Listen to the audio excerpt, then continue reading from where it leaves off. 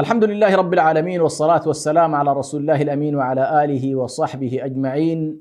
المشاهدون الأعزاء، السلام عليكم ورحمة الله وبركاته.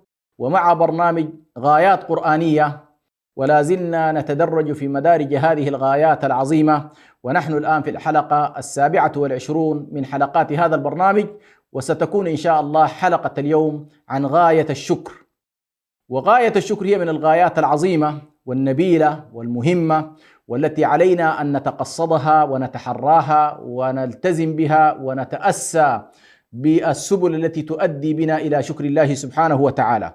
فإن ذلك نجده في نصوص الكتاب العزيز، وأمر الله سبحانه وتعالى جميع المكلفين بالسعي لتحقيق الشكر والتقرب به إلى الله سبحانه وتعالى، بينما على النقيض نجد الشيطان يسعى جاهدا لصرف الناس عن تحقيق هذه الغاية، كما نص القرآن الكريم في قوله: ثم لآتينهم من بين أيديهم. هنا الشيطان يحكي الله سبحانه وتعالى عن الشيطان، عن إبليس، يقول: ثم لآتينهم من بين أيديهم ومن خلفهم وعن أيمانهم وعن شمائلهم ولا تجد أكثرهم شاكرين. لاحظوا سبحان الله، الشيطان أعظم ما يهمه أن لا نصل إلى هذه المرتبة، لا تجدهم شاكرين. يعني ربما تجدهم مسلمين، تجدهم مؤمنين، تجدهم متقين، لكن مسألة الشكر هذه مسألة عظيمة. ولذلك الله سبحانه وتعالى جعل الشكر غاية للتقوى، والتقوى غاية للتعبد. اعبدوا الله لعلكم تتقون، اتقوا الله لعلكم تشكرون، اتقوا الله لعلكم تشكرون. فإذا اتقيت الله سبحانه وتعالى شكرت الله. فإذا نلاحظ الشيطان حريص أن يعيقنا عن هذه الغاية السامية. يخبرنا القرآن الكريم بأن الذين يحققون هذه الغاية ويبلغون هذا المقام هم قلة من الناس. يقول سبحانه وتعالى: وقليل من عبادي الشكور. ويقول الله سبحانه وتعالى: ولكن أكثر الناس لا يشكرون. فعبر عن أن الأكثرية لا تشكر، وعبر كذلك عن أن القلة فقط هم الذين يدخلون تحت هذه الغاية. نسأل الله سبحانه وتعالى أن يجعلنا ممن يكون شاكرا لله، يعني عابدا لله، متقيا لله، لأن هذه كلها تسوقنا بإذن الله سبحانه وتعالى إلى غاية إن شاء الله سآتي إليها أخيرا، وهي غاية كبيرة جدا إن شاء الله ستلخص لنا كل هذه الغايات. لأهمية الشكر نلاحظ أن الشكر كان مهما في كتاب الله وغاية عظيمة. تعددت أساليب القرآن الكريم في طريقة تناول موضوعه، وقد تعددت هذه الأساليب لتأكيد الأهمية. فتارة يأتي القرآن بالأمر المباشر، آمرا للفرد أو آمرا للمجموع، قد يكون هذا جماعة أو فردا. يقول الله سبحانه وتعالى: أن اشكر لله، ويقول: واشكروا لي ولا تكفرون. وتارة يستخدم أسلوب الترغيب: وسيجزي الله الشاكرين. يعني لما يقول لك سيجزي الله الشاكرين فيها ترغيب حتى تكون شاكرا، حتى يجزيك الله سبحانه وتعالى خيرا. وتارة أسلوب المدح: شاكرا لله، شاكرا لأنعمه. عن إبراهيم عليه السلام: إن إبراهيم كان أمة قانتا لله حنيفا، قال: شاكرا لأنعمه اجتباه. وتارة يستخدم أسلوب الترغيب، وتارة يستخدم أسلوب الاستفهام: فهل أنتم شاكرون؟ وتارة أسلوب التحضيض والحض: فلولا تشكرون. إذا نلاحظ القرآن الكريم يعضد الأساليب وينوع الأساليب حتى نركز معه، وهذه كلها سبحان الله أدوات تستخدم في اللغة حتى تشد الإنسان: الاستفهام، الترغيب، الحث، التشويق. هذه كلها من القضايا التي تجعل الإنسان ينتبه إلى هذا الأمر الذي يأمر الله به أو النهي الذي ينهى الله سبحانه وتعالى عنه. ولأهمية الشكر يعني يقول الإمام ابن القيم عليه رحمة الله، يقول: مكانة الشكر في كتاب الله هي أنها أحد ركني الدين. يعني يقول ابن القيم: الدين لو قسمناه إلى قسمين، قلنا والله نريد أن نقسم الدين إلى قسمين، لوجدناه قال: قسم الشكر وقسم الذكر وقسم الشكر. كده قسم القسم هذه إلى قسمين. نلاحظ أن قسم الذكر تدخل فيه كل العقائد، التصورات، الجوانب التي لها علاقة بالعقيدة. يقول قسم المعارف، العلوم، هذه كلها قسم الذكر. قسم الشكر يقول تدخل فيه كل القضايا العملية.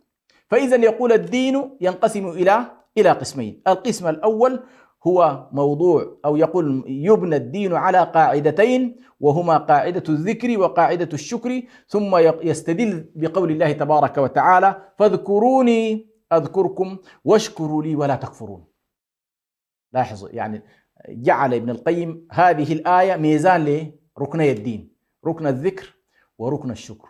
يعني كأنما يريد أن يقول لنا قسموا كل الغايات التي كنتم تدرسونها وتتكلمون عنها خلال هذه الفترة الطويلة، ستجدوا بأن والله يمكن أن تقسم ما بين غاية الذكر وغاية الشكر. الذكر قاعدة المعرفة، والشكر قاعدة العمل. قاعدة العمل هي الشكر. وقد سمى الله سبحانه وتعالى نفسه بالشاكر والشكور، وقرن ذلك في جملة من الأسماء، فالله الشكور الغفور، الشكور الحليم، الشاكر الحليم. والشكر المضاف إلى الله سبحانه وتعالى، عندما تجد أن الله شكور، أن الله شاكر، هنا لا بد أن تنتبه إلى المعنى. فالله عز وجل عندما يكون شاكرا شكورا، أي أن الله يرضى بيسير الطاعات والعبادات من عباده ويتقبلها وينميها ويعظمها، ثم يثيب عليها بعد ذلك، مع أن الله هو الذي خلقك وأعدك وأمدك وجهزك ووفقك، ومع ذلك يثيبك بعد ذلك، حتى تكون في نهاية المطاف أنت العبد الشاكر في هذه الدنيا مشكورا في الآخرة. ولذلك الله عز وجل يقول وكان سعيهم مشكورا. انظر كيف أن الشاكر في الدنيا تحول إلى إيه؟ إلى مشكور في الآخرة. وهذه لفتة عظيمة جدا سبحان الله. تصور لو أن أي شخص عمل عمل وصاحب العمل له مكانة عظيمة أيا كان، ولله المثل الأعلى، بقدر عظمة صاحب العمل عندما يقول لك شكرا يكون لها أثر في النفس أكثر ربما من الجزاء الذي تتعاطاه. فتقول والله فلان قدرني، فلان اهتم بي. فتصور كيف أن الله عندما يحولك من عبد شاكر إلى عبد يوم القيامة مشكور، يشكر الله سعيك، وهنا طبعا يتقبله وينميه. نلاحظ بأن مسألة الذكر من حيث أنها غاية وردت في مجموعة من الآيات، يمكن 14 آية كلها لعلكم تشكرون لعلكم تشكرون لعلكم تشكرون. وحقيقة هنا طويلة الآيات، أنا ما أحاول أقف عليها. ثم عفونا عنكم من بعد ذلك لعلكم تشكرون، ثم بعثناكم من بعد موتكم لعلكم تشكرون، ولتكبروا الله على ما هداكم ولعلكم تشكرون، فاتقوا الله لعلكم تشكرون، ولكن يريد الله ليطهركم وليتم نعمته عليكم لعلكم تشكرون. إذا نلاحظ لعلكم تشكرون في 14 موضع من كتاب. إذا هنا نلاحظ مفهوم الغائية واضح جدا، أن الشكر غاية من الغايات بهذا التعليل الواضح لعلكم.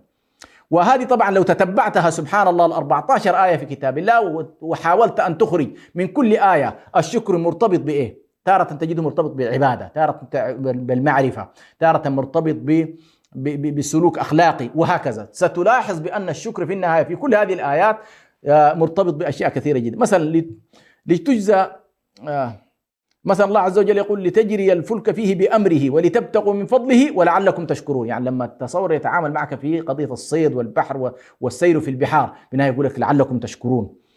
ولو نشاء لجعلناه أجاجا فلولا تشكرون. إذن يريد الله سبحانه وتعالى منك أن تتلمس خاصية الشكر في كل هذا الوجود.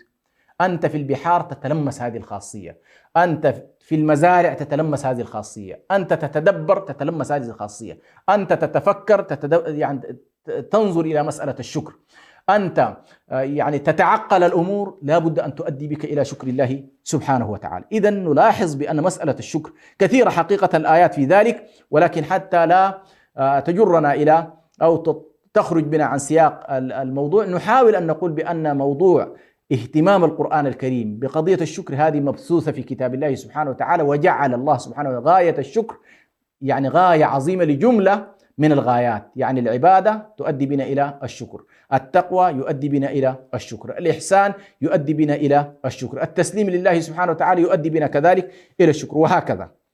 إذا كان هذا الاهتمام الكبير في القرآن الكريم بموضوع الذكر، طيب نريد أن نعرفه تعريفا بسيطا. يعني ما هو تعريفنا لموضوع الذكر؟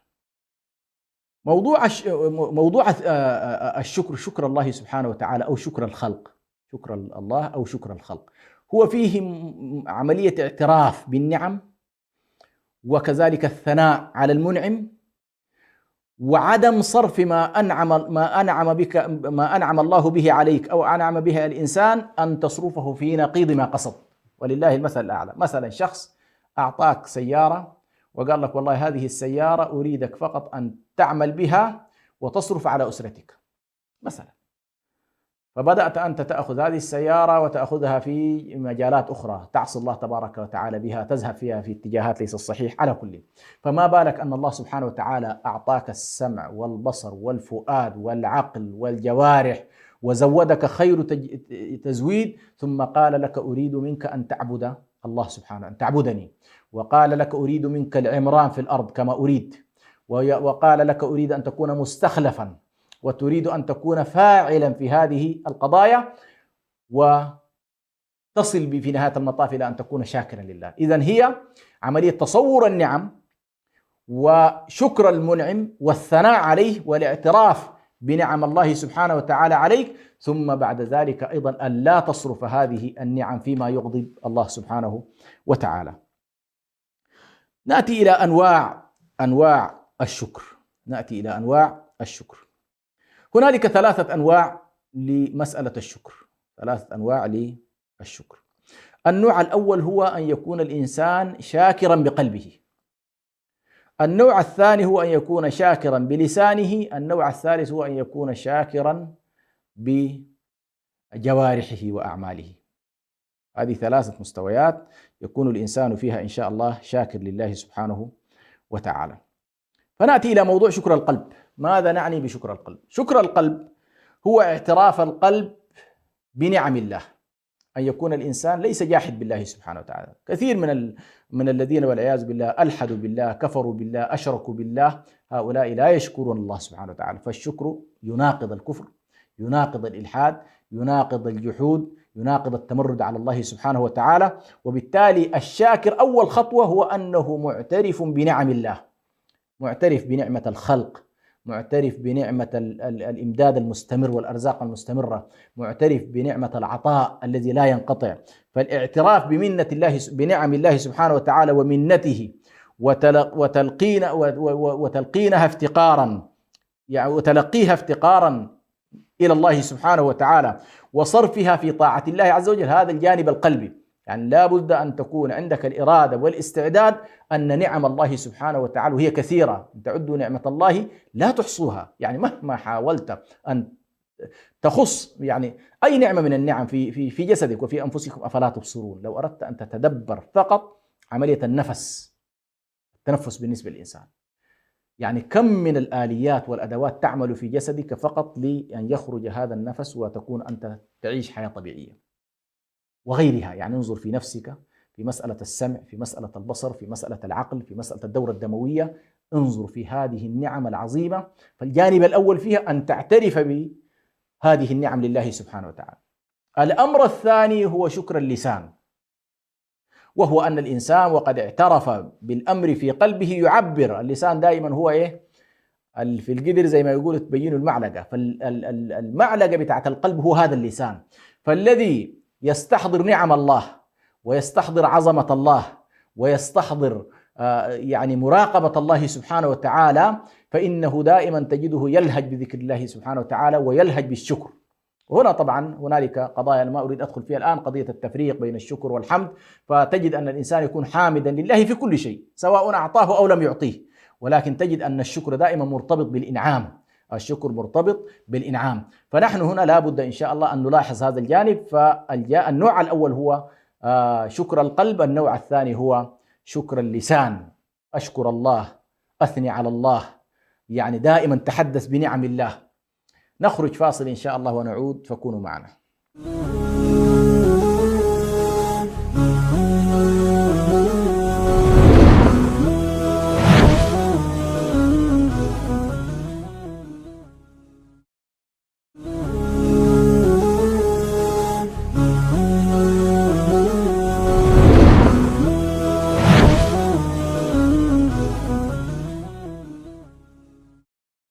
الحمد لله رب العالمين، والصلاة والسلام على رسول الله الأمين. المشاهدون الأعزاء، نواصل إن شاء الله فيما كنا نتكلم فيه في أنواع الشكر. قلنا النوع الأول هو شكر القلب، والنوع الثاني هو شكر اللسان، وأما بنعمة ربك فحدث.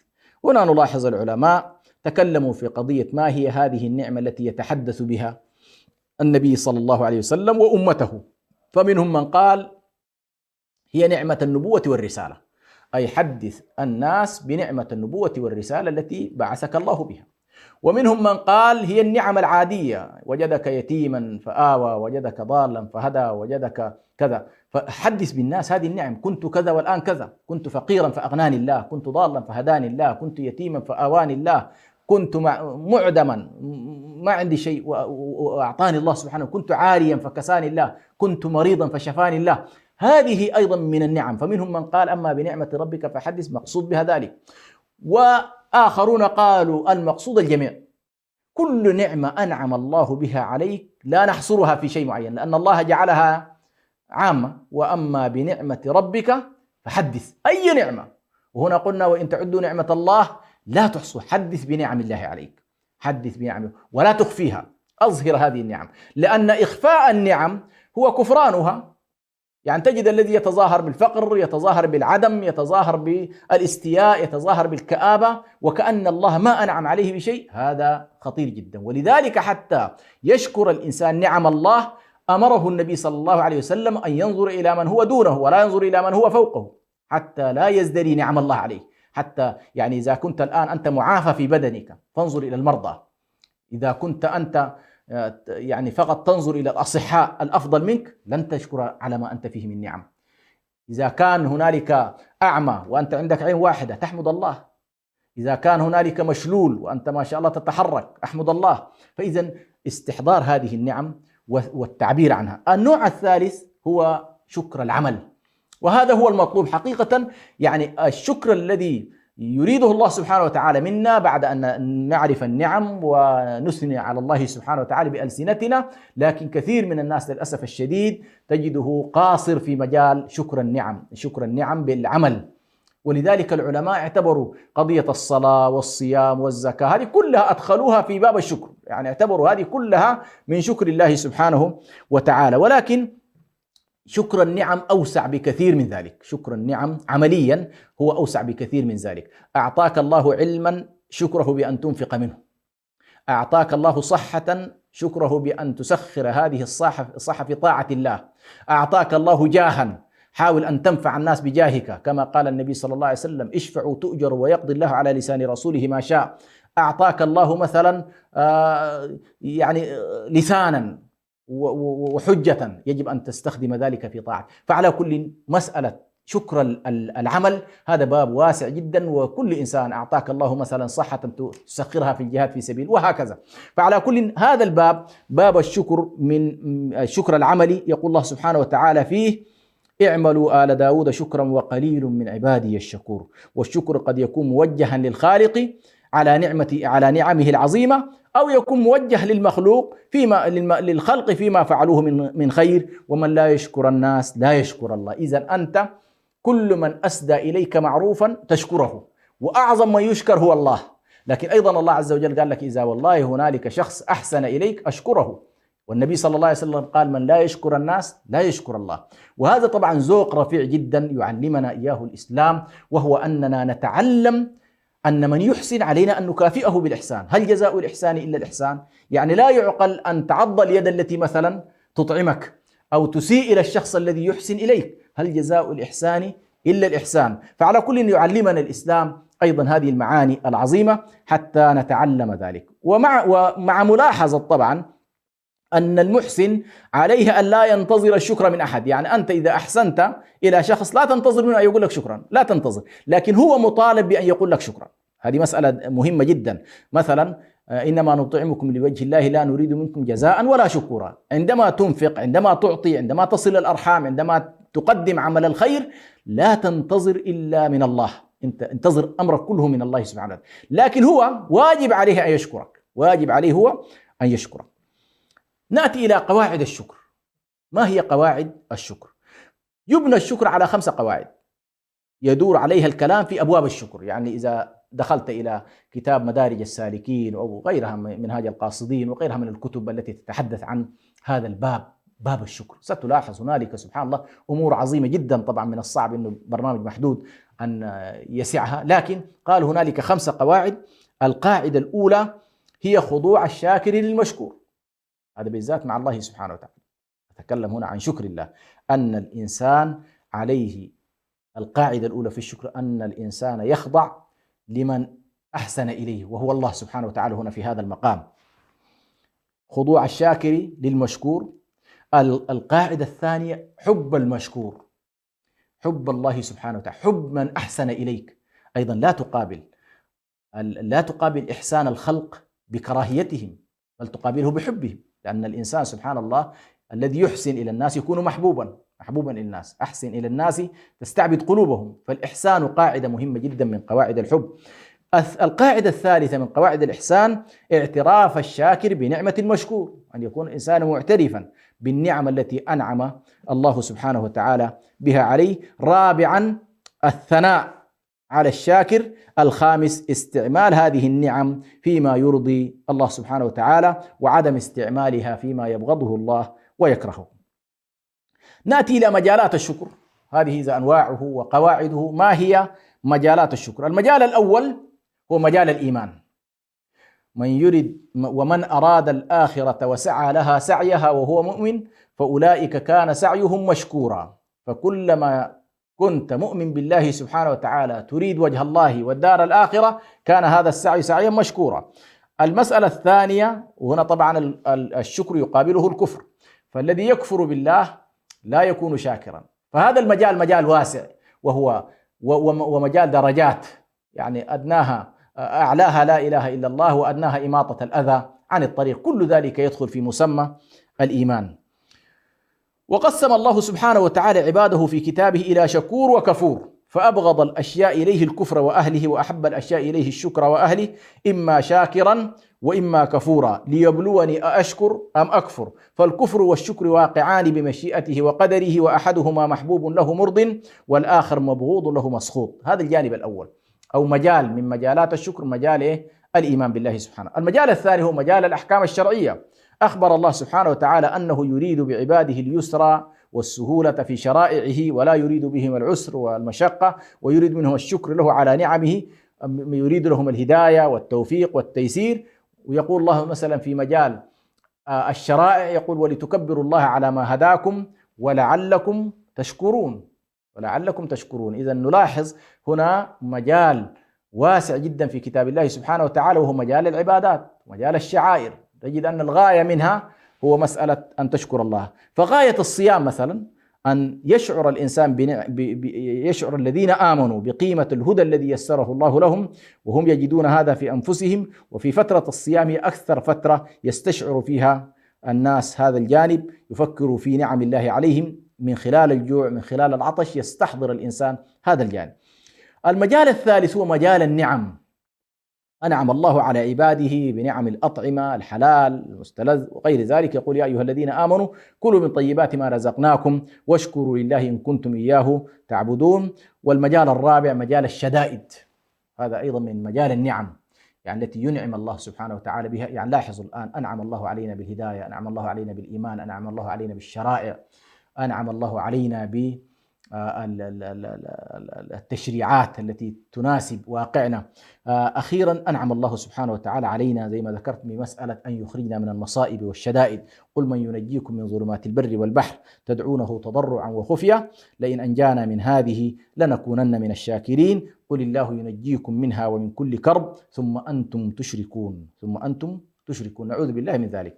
ثمرات الشكر، يعني هذا الإنسان الذي وطن نفسه على شكر الله سبحانه وتعالى، وعاش حياته شاكرا لله بقلبه، شاكرا لله بلسانه، شاكرا لله بأعماله وبمفهومها الواسع. قل إن صلاتي ونسكي ومحياي ومماتي لله رب العالمين، يعني أن تجعل حياتك كلها شكرا لله سبحانه وتعالى، وأن تكون هذه غاية بالنسبة لك تسعى إليها. وساحة المضمار هنا ساحة واسعة، يعني نلاحظ بأن الإنسان يدخل إلى المضمار ساحة المسلمين، ثم يضيق بنا هذا المضمار في السباق فيتراجع البعض أو يكون السير بطيء، يتقدم المؤمنون ويكونون أسرع من المسلمين في سيرهم، ثم يتقدم هؤلاء المؤمنون يتقدمهم أهل الإحسان، هم في أهل الإحسان يتقدمهم كذلك أهل الشكر، وهكذا. نلاحظ بأن هذا المضمار الواسع هو صراط الله المستقيم، هذا الصراط الذي يسلكه أهل الإيمان، يسلكه أهل الإسلام، يسلكه أهل الإحسان.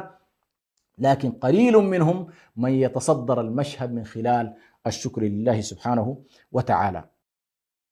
فهنا على كل ثمرات هذا الشكر هو أن الإنسان يكون مهتديا إلى الحق ومهتديا إلى مراد الله سبحانه وتعالى فيما يريد. من ثمرات أيضا هذا الشكر حفظ النعم من زوالها وزيادتها، ذلك بأن الله لم يكن مغيرا نعمة أنعمها على قوم حتى يغيروا ما بأنفسهم لئن شكرتم لأزيدنكم. وكذلك من النعم، كذلك من ثمرات وفوائد الشكر النجاة من الهلاك. يقول الله سبحانه وتعالى عن آل لوط: نعمة من عندنا كذلك نجزي من شكر. كذلك نجزي من شكر، أي أن الله ينجي عن دوائر العذاب الذين يشكرون الله سبحانه وتعالى. وأخيرا الأمن من عذاب الله، الأمن من مكر الله، الأمن من ما يفعل الله بعذابكم لئن شكرتم وآمنتم. ما يفعل، أي أنت ستكون في مأمن. وكذلك الشكر مما يحبه الله ويرضاه. وأخيرا ثواب الشاكرين هو جنة الله سبحانه وتعالى، ومن يريد ثواب الآخرة نؤته منها وسنجزي الشاكرين. نسأل الله سبحانه وتعالى أن يجعلنا من أهل شكره وأهل طاعته وأهل عبادته. اللهم أعني على ذكرك وشكرك وحسن عبادتك وجميع المسلمين. والسلام عليكم ورحمة الله وبركاته.